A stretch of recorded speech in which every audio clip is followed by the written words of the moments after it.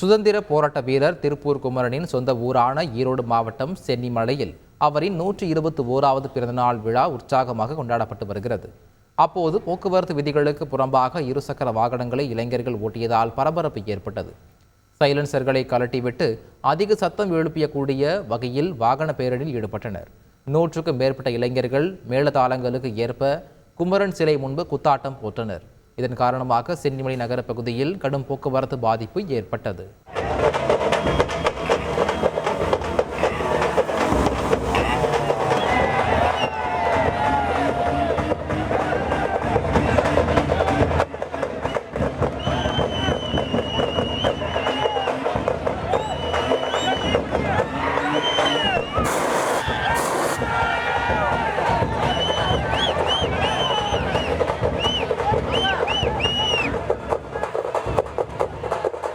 $4,620 கோடி மோசடி வழக்கில் கைது செய்யப்பட்ட ஹிஜாபு நிதி நிறுவன நிர்வாகிகளுக்கு ஜாமீன் வழங்க சென்னை உயர்நீதிமன்றம் மறுத்துவிட்டது.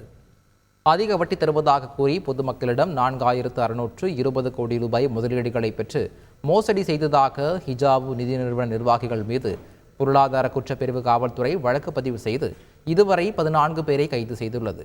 தலைமறைவாக உள்ள நிறுவன இயக்குநர் அலெக்சாண்டர் மற்றும் 15 பேர் மீது லுக் அவுட் நோட்டீஸ் கொடுக்கப்பட்டுள்ளது. இந்நிலையில் கைது செய்யப்பட்டு சிறையில் உள்ள முக்கிய நிர்வாகிகளான ரவிச்சந்திரன், ஜெயக்குமார், சுரேஷ், துரைராஜ் ஆகியோர் ஜாமீன் கோரி சென்னை உயர்நீதிமன்றத்தில் மனு தாக்கல் செய்தனர். இந்த மனு நீதிபதி பி. தனபால் முன் விசாரணைக்கு வந்தபோது மனுதாரர்களுக்கு ஜாமீன் வழங்கினால் விசாரணை பாதிக்கும் எனவும் சாட்சிகளை கலைக்க வாய்ப்பு உள்ளது என்றும் காவல்துறை தரப்பில் தெரிவிக்கப்பட்டது.